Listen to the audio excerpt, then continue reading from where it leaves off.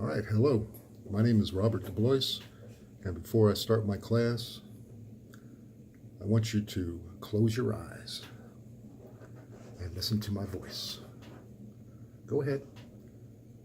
All right, so imagine a leader from your past.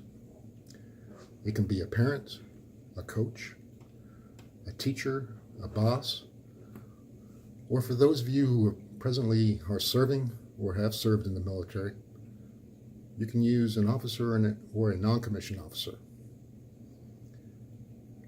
So go ahead, think of this leader. All right, so open your eyes. Who was this person you were thinking about? And why did you envision this person? Was this person a good leader or a bad leader? Did this person have the attributes of what a leader is? And what a leader is, some of those attributes are character, presence, and intellect.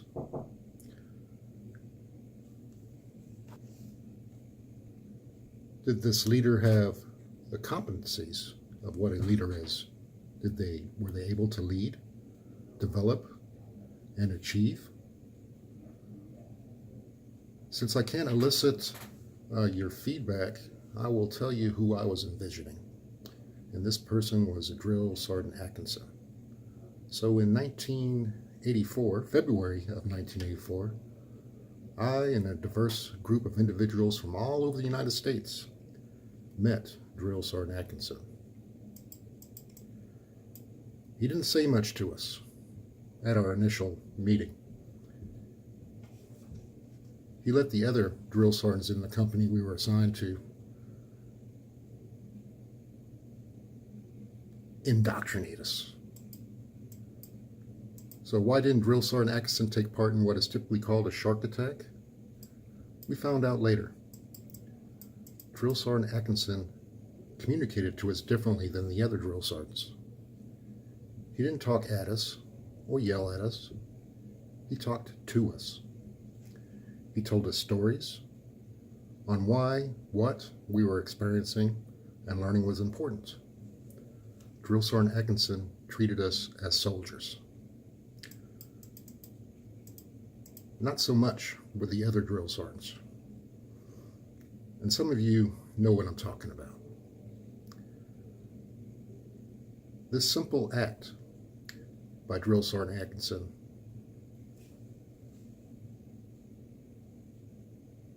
my platoon would follow Drill Sergeant Atkinson to the end of the world because of this simple act. He not only got our compliance, he got our commitment.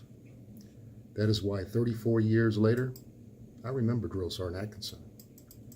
He led by example and communicated to us, the soldiers of 1st Platoon, Alpha Company, 1st Battalion, 1st Armored Training Brigade. So what did he do? Well, he launched a genuine conversation with us. He asked us questions. He leveled with us. And by doing this, he showed some vulnerability. He shared his stories and allowed us to share our stories. So Denning talked about this in page 203 of his book. So what are my main teaching points for this lesson? Well, the competency of communication highlights the use of interpersonal tact in establishing relationships and actively listening to others. Developing relationships will extend a leader's influence beyond the board of directors or the chain of command, enabling them to assist their boss and organization in accomplishing its mission. And lastly, effective communication skills can be developed. So what is this thing called communication? Well, communication represents the how of leadership. You cannot lead unless you can communicate. Communication is the key, or to the leader what water is to the body. So communication is the exchange of information and ideas. Effective communication occurs when others understand precisely what you are trying to tell them, and you understand exactly what they are trying to tell you. The message that you communicate is not just the words you speak. The packaging of your communication, your tone, voice, body language, and gestures all combine to communicate your message to the listener. So what are some components of communication? Well, you have the sender, you have the receiver, and you have the message. But sometimes that message doesn't get to the receiver. And why is that? Well, it may be the hierarchy of leadership, or people between you, the leader, and the receiver may muddle your message. It may be education levels. It may be where you are from, and someone may be from a different area. So maybe you're from the city, but the person you're sending your message to may be from the country. So words may be different in those two different locales.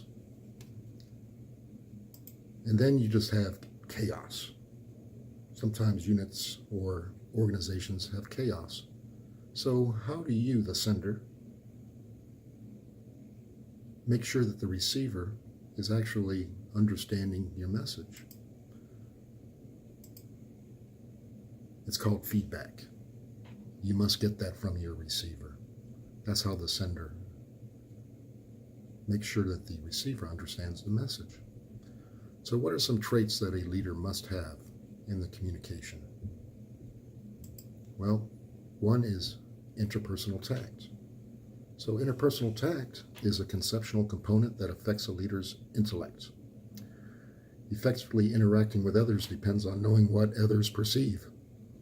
It relies on accepting the character, reactions, and motives of oneself and others. Recognizing diversity and display self-control, balance, and stability in situations. So a leader, when they're communicating, must also practice active listening. So what is active listening? Well, active listening facilitates the achievement of shared understanding, provides an occasional indication to the speaker that the listener is attentive. It involves avoiding interruption and keeping mental or written notes of important points or items for clarification. It avoids formulating a response before hearing what the speaker has to say, and it does not allow anger, disagreement with the speaker or others, or other things to impede the conversation. Another attribute of a leader when they're communicating, what they have is influence. So influence is the essential element or an essential element of leadership.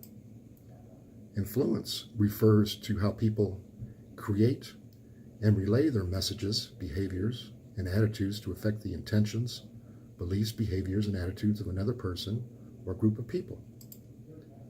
When extending influence beyond your own organization, leaders often have to influence without authority, designated or implied by position.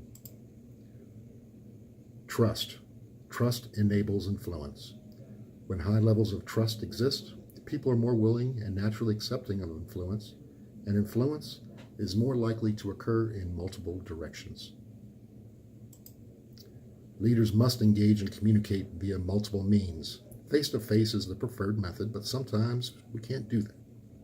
So print media, broadcast media, social media, and other emerging collaboration technologies to include the perceptions, attitudes, sentiments, and behaviors of key actors and agencies you must think about.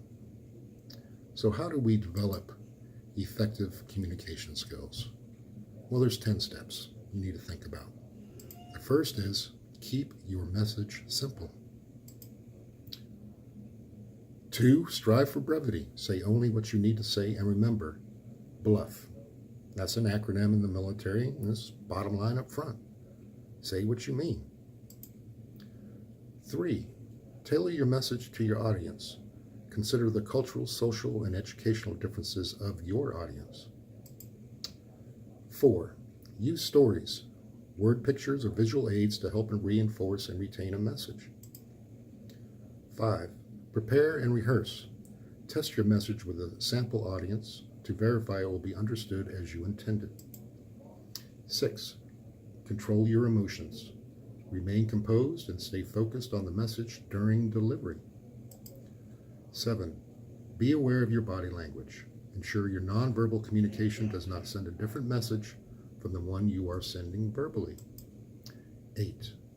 Never, ever assume you were heard correctly. Solicit feedback to ensure you were heard and understood correctly. 9. Practice active listening skills. And 10. Seek opportunities to practice. Become a Toastmaster, a narrator, a master of ceremonies, etc. So, in review, what did we talk about? We talked about what a leader is and what a leader does, attributes and competencies. We talked about launching a genuine conversation. We talked about communication defined, components of communication, interpersonal tact, active listening, influence, and developing effective communication skills. So I have a question for you, and I elicit your feedback. So how are you going to use the information that I talked about in your future? So I'm going to leave you with a quote from Benjamin Franklin. And this quote says, "Tell me and I'll forget. Show me and I might remember. Involve me and I will understand." Thank you for your attention. I look forward to seeing all yours videos, and I'd appreciate some feedback. Thank you and goodbye.